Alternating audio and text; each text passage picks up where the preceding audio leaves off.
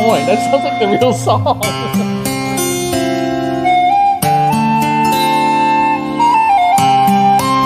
How is he playing the guitar?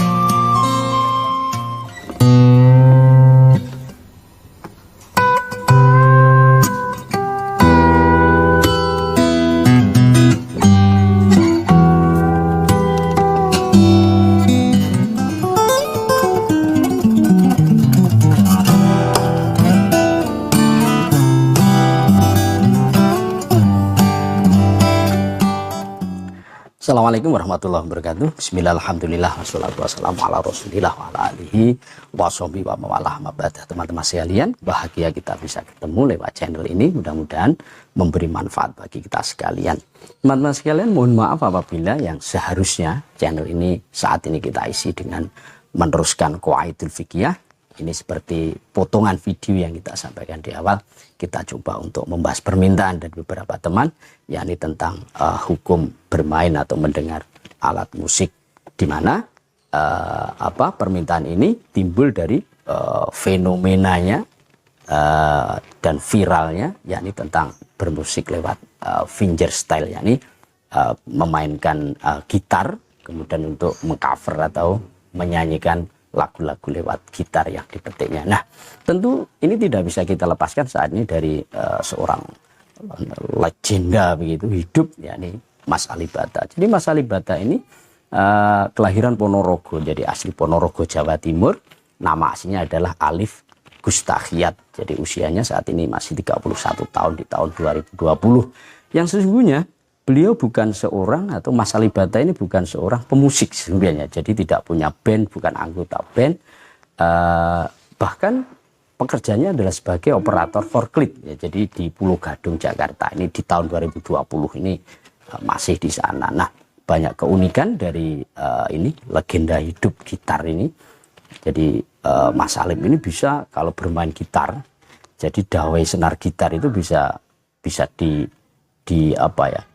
diulah begitu menjadi berbagai macam suara. Jadi bisa mengcover suara gamelan, bass, drum, harmonik, piano di tempat dan di waktu yang sama.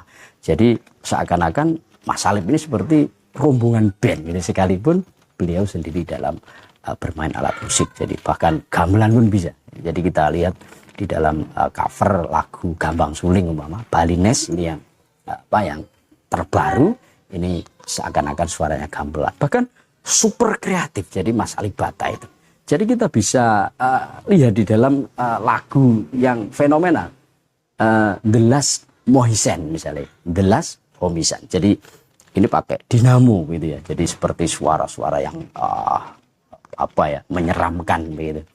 Kemudian di permainan di Ghost Pump ini juga luar biasa.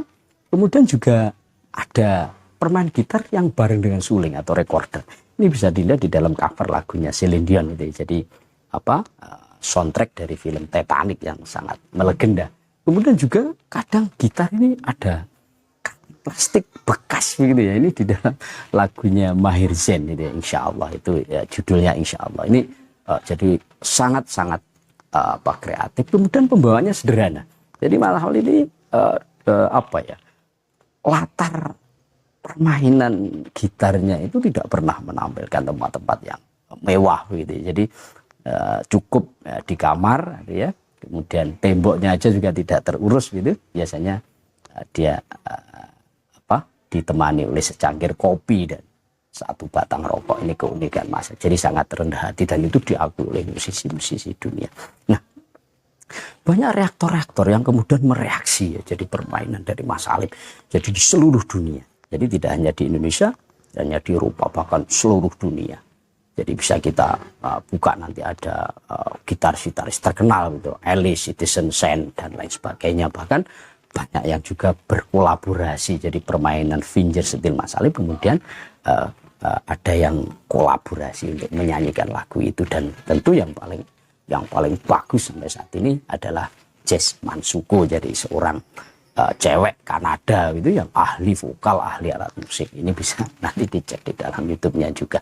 Nah, karena kehebatannya maka Mas Alif saat ini banyak dijuluki macam-macam oleh musisi-musisi dunia. Jadi ada yang menyebut master harmonik, maestro gitar, the legend gitar, bahkan sebagian reaktor ini ada yang menyebut bahwa Mas Arif ini bukan manusia tapi ini adalah alien, karena memang permainannya ini betul-betul baru. Jadi belum pernah dilakukan oleh gitaris-gitaris dunia sebelumnya dan siapapun. Jadi luar biasa. Ini kebanggaan Indonesia di permusikan Indonesia. Jadi kita belum membahas tentang hukumnya, tapi ini adalah realita yang ada pada saat ini. Nah, yang paling fenomenal juga bahwa Mas Alip ini seorang fingerstyle sekalipun di YouTube masih relatif baru 2 tahun ya, di akhir 2018. Tapi subscribernya luar biasa. Jadi sudah 3.030.000 sekian di akhir tahun 2020, sekalipun Mas Nathan umpama ini lebih banyak umpama, tapi karena beliau sudah lama. Dan kalau kita lihat fingerstyle di dunia, belahan di dunia, ini ternyata Mas Alip tetap yang di atas sekalipun masih baru, seperti Igor Kikov umpama, atau Alexander Misko misalkan. Nah, itu subscribe-nya itu belum banyak. Itu kehebatan dari Mas Alip. Nah, kita sangat sangat kekurangan waktu gitu ya kalau kita ingin membahas tentang Mas Alip Ba Ta, padahal kita ingin membahas tentang fikih. Nah, sesungguhnya fikih di dalam permusikan itu saya kira sudah selesai ya. Jadi karena sudah lama perdebatan tentang boleh dan tidaknya bermain dan mendengarkan musik. Intinya bahwa ulama tidak sepakat di dalam hukum bermain atau mendengarkan musik. Nah, kita dalam posisi untuk menjawab yang boleh. Jadi kita memilih yang boleh. Bagaimana pandangan yang boleh? Pandangan yang boleh ini tentu sangat sederhana. Jadi karena musik ini dianggap adalah haramnya bukan li ainiyah, tapi li ilatin ukhra, gitu ya, jadi alasan yang lain. Maka tentu bermain maupun mendengarkan alat musik itu syaratnya hanya ada 3, nanti bisa haram. Kalau 3 ini sudah bisa dilepas, maka nanti menjadi boleh. Yang pertama adalah niatnya jangan sampai niat yang haram. Niat yang haram adalah niat meninggalkan kewajiban atau mengerjakan maksiat. Kemudian yang kedua, kontennya, jadi lagunya. Kalau itu ada lagunya atau fingerstyle menyanyikan lagu yang isinya ini jangan sampai mendorong haram atau meninggalkan kewajiban juga. Itu yang kedua, jadi kontennya. Yang ketiga adalah dampaknya. Jadi dampaknya juga tidak haram. Jadi kalau dampaknya haram, maka ini tentu menjadi tidak boleh. Jadi niat, konten atau isi lagu yang kemudian dampak. Ini saja. Dampak ini tentu yang paling kita soroti, karena orang kalau sudah lalai musik kadang lalai untuk mengerjakan kewajiban atau kadang terlena melakukan kemaksiatan. Nah ini sehingga mungkin yang mengatakan ijma haram adalah karena dampak-dampak seperti ini. Tentu 3 ini harus dihindari apabila ini ingin diperbolehkan.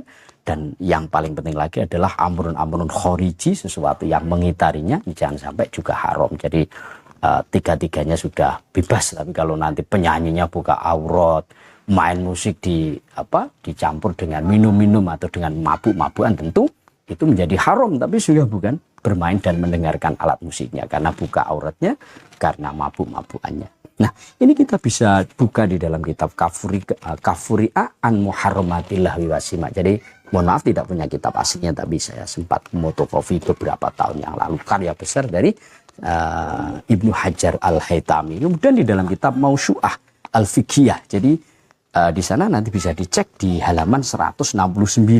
Nanti akan kita tulis di akhir channel ini.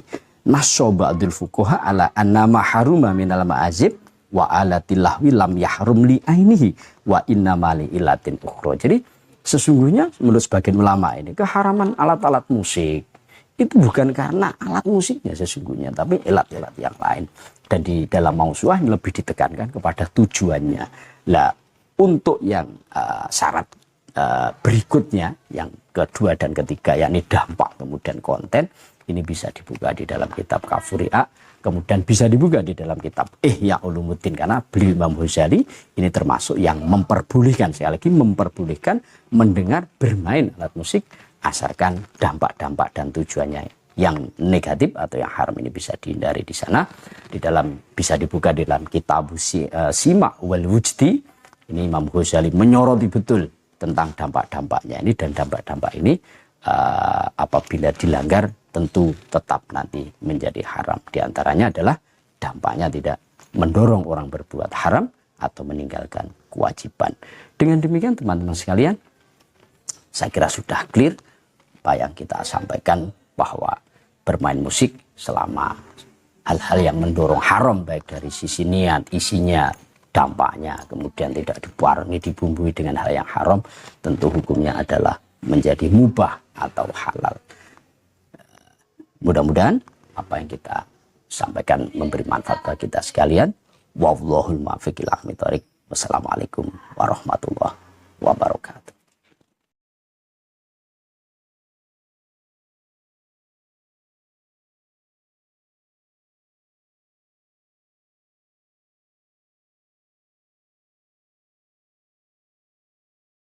غرباء